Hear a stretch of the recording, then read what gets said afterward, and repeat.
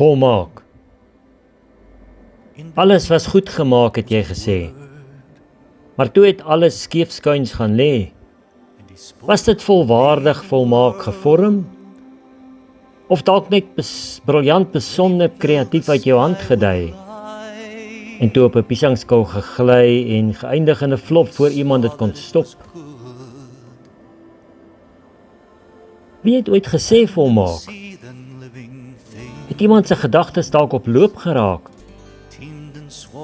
Ek is nie seker wat om te dink oor die mens in skaamte versink, ver van volmaak, uit baie goeie goed se maak. Volmaak sou die weg sinkeer, sou tog swakheid weer. Nou is ons sondig verskeur, alle goed in 'n oogknip verbeur. Ons sou slimmer wees as jy, net om soos Ikarus te gly op die was van ons hoogmoedigheid. Ons skoonheid gesmeld en weggegly.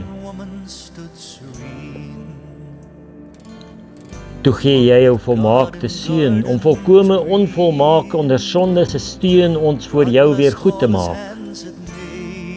Al sukkel ons nog met kwaad. Jy sal ons nooit verlaat, jy het ons goed gemaak, al het die lewe die goed geskaad.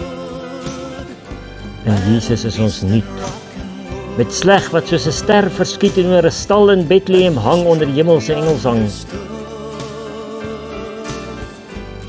Alles was weer goed gemaak, nes God het verlang, volmaak en nuut, in Jesus se bloed vergiet.